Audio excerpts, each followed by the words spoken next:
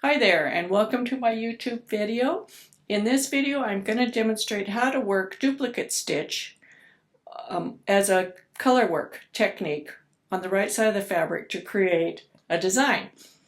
I'm going to show you how to work vertical segments, horizontal segments, and diagonal segments, as well as two different ways to weave in your ends on the wrong side of the work. So stay with me.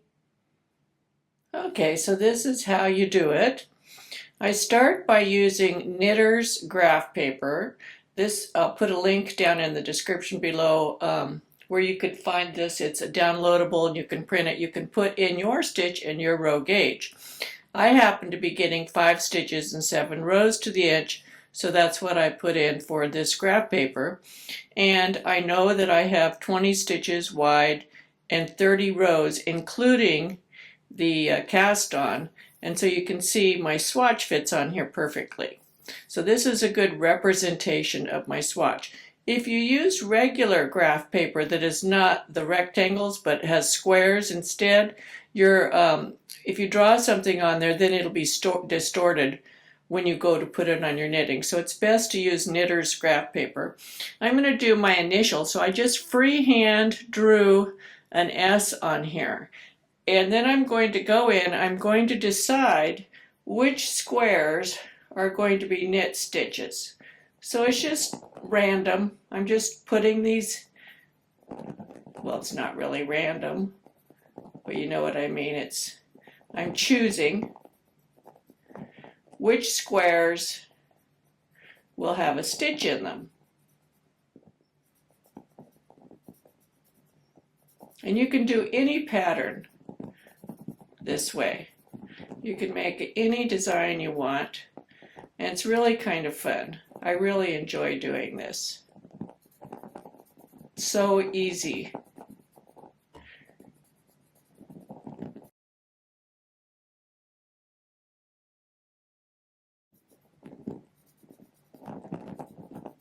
So I'm just freehand putting this in here.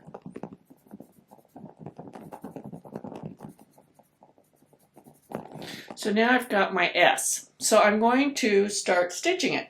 You can start at the bottom or the top, wherever you want. I'm just going to start right here and work my way around. And in this, I'm going to have the opportunity to show you how to work vertical, diagonal, horizontal, diagonal, vertical, diagonal, vertical, diagonal, horizontal, and vertical. And those are all the different ways. There's really only 3 ways that you can make duplicate stitch. So we'll go ahead and get started. So I want to see where to start on my swatch. So I count how many squares down. 1, 2, 3, 4, 5, 6, 7, 8. And how many from the edge? 1, 2, 3, 4, 5, 6, 7, 8. Wow, pretty cool. So I'm going to go over 8 stitches, counting the selvage. 1, 2, 3, 4, 5, 6, 7, 8. It's this column. And 8 stitches down. 1, 2, 3, 4, 5, 6, 7, 8. So this is my beginning stitch right here. Let me zoom in for the rest of this so you can see it big. That's where I'm going to start. So I bring my needle up at the base of that stitch. And I'm going to be moving up. So I'm going to leave a little bit of a tail on the back. And this is the stitch that I'm going to cover. So I go under the 2 legs directly above it, just under the 2 legs.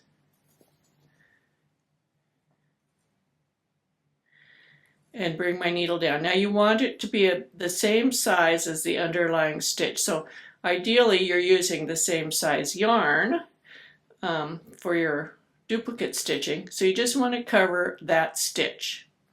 Then you're going to come up. We're going to do this square here. So we're going to move up and come up at the base of the next stitch. And I'm going to go underneath the legs of the stitch above, just the legs, not all the way down deep digging through the fabric. I'm just going under the legs. Whoopsie daisy. You don't want to pull it too tight, but you don't want it too loose either. So you just want it to actually be the same size as the stitch that you're covering. Now, in the next portion, we're going to do this one diagonal. So we're just going to move right over to that stitch. It's this one right here. We're going to come up at the base and cover that stitch.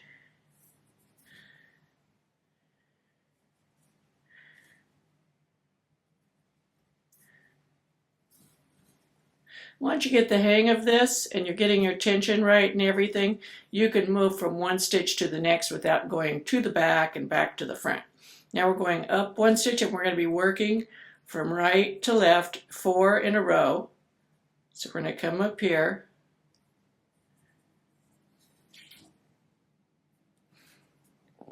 And we're going to work this one.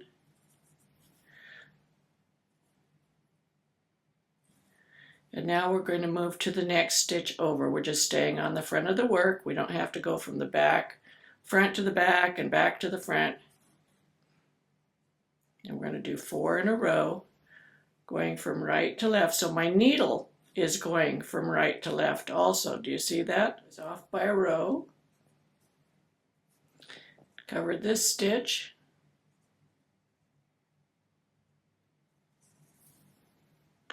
When I'm going under those legs, I just go under the legs. I don't catch the purl bump.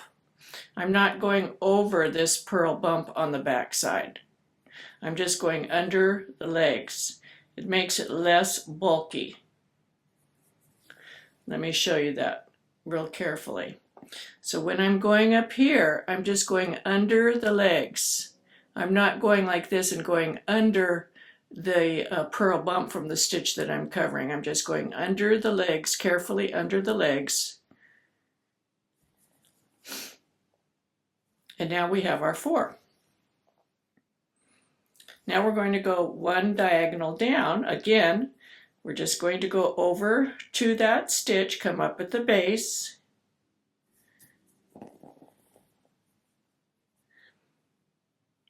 Work that stitch. Now we're going to be working a vertical line, 1, 2, 3, 4, 5, 6 in a row, going straight down.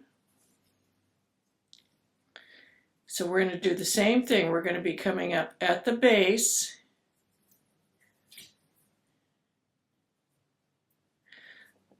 So by always moving, for example, these stitches are moving from right to left. So my needle went from right to left. Therefore, the bases of the stitches are not crossed. They're all open. And that's what you want. You want them open at the base. So I'm going to cover this stitch and I'm going to do a vertical line. Now I'm going to come down to the stitch below.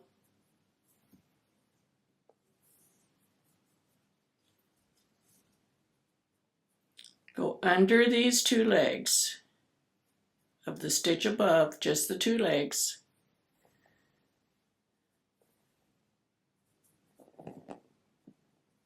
And go back down here. I think this works best by going to the back of the fabric. That looks better, much better. Then we'll come up in the stitch below. Going to do 2 legs. And you can work from the bottom up on a vertical also. It's the same process. In fact, we'll be doing that right here.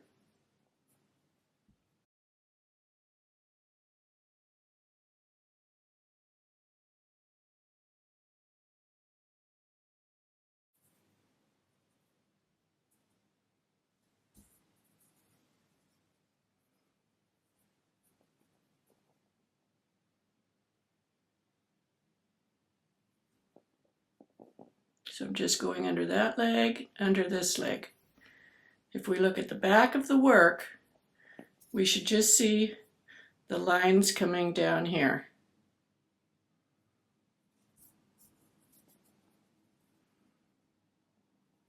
And we need, let's see, we need 1, 2, 3, 4, 5, 6. So we've got 1, 2, 3, 4, 5, one more.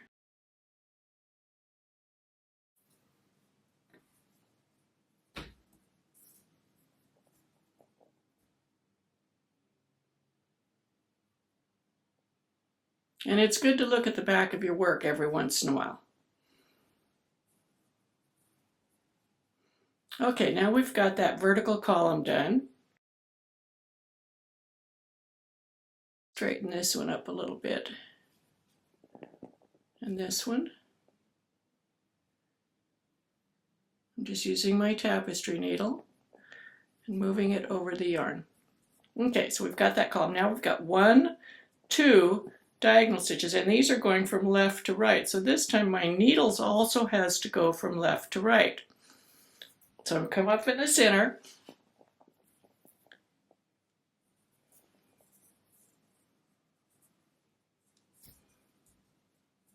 And I'm going to go from left to right.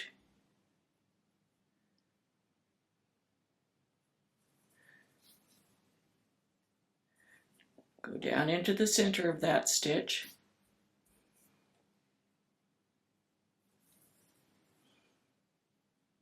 Come up in the center of the next one down, 1 row down and 1 stitch over. And I'm going to go from left to right. This keeps the yarn from twisting at the base.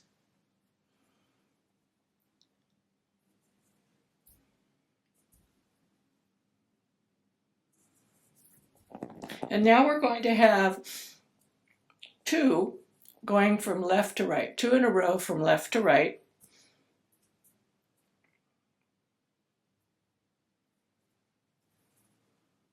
So again, I'm going to work from left to right because the stitches are moving in that direction.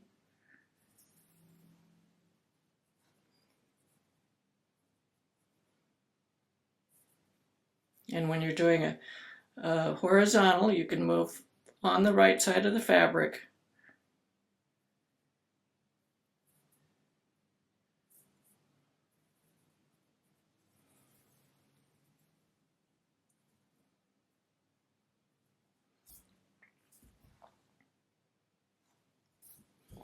Looking good so far. So let's see where we are. Now we've got 2 more horizontal, and then 2 more, a diagonal, and then 2 more horizontal. And we're still working from left to right. So I turn my project a little bit so I can get in there.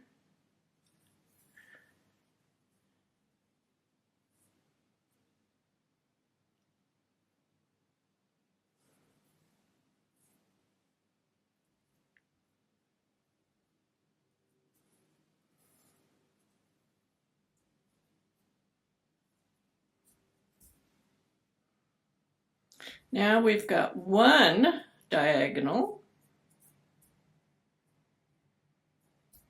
but still going from left to right, so we're still going to do that.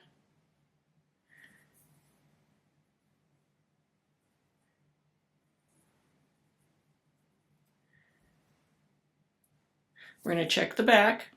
The back's still looking good. And then we've got 1, 2, 3, 4, 5, 6, 7 going down. So now these are going straight down. So if it's more comfortable to go from right to left, you can, because when they're going straight up or straight down, you can go either way. Just be consistent. And just come under this leg, just the legs, very carefully. Let's make sure. No, look what we did there. See? Because we went all the way under this stitch here. So we're going to pull that out. Takes a little bit of concentration. We'll look at this up close to see what's happening.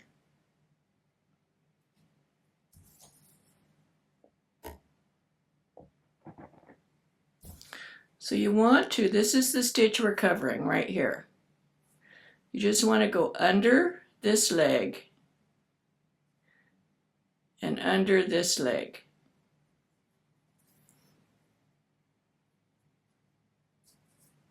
There, we got it, no bar.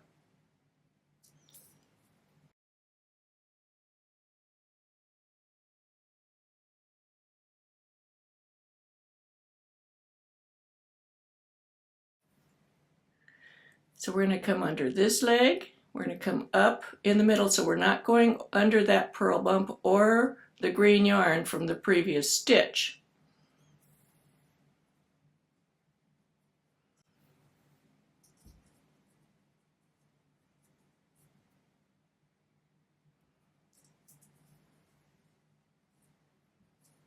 And we've got 1, 2, 3, 4, 5, 6, 7. 1, 2, 3, 4.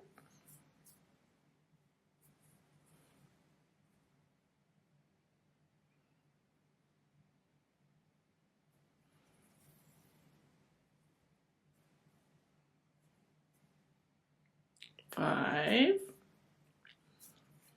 Those look good. 6.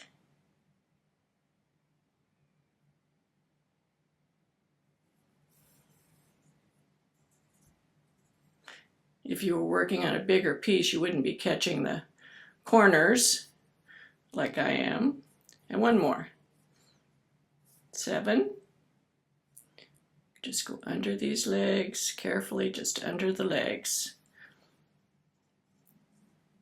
Now let's see what's next. Now we're going to have one diagonal. This looks good on the back. So we're coming over 1, down 1 and over 1.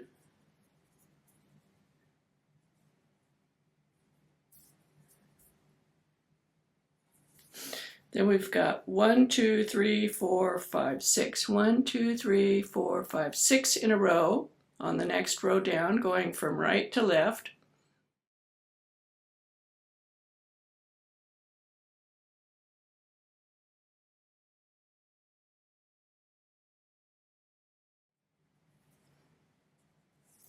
Then we've got 3 going up. Remember I said we were going to do them going up? So we're going to start here, do the stitch, come down, then come up in the center of that, make the stitch,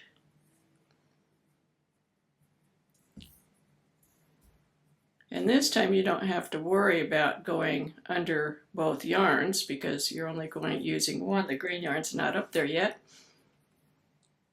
And 3. Now let's take a look at this. Does it look like our drawing? Looks pretty good. Looks pretty darn good. Now let's talk about weaving in the ends, okay? There's 2 ways you can weave in the ends. One is you can weave it through your previous stitches, and I'll do that here. You can just weave it through these stitches.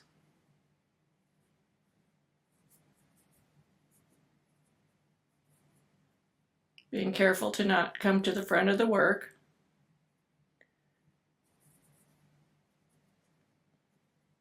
That's one way.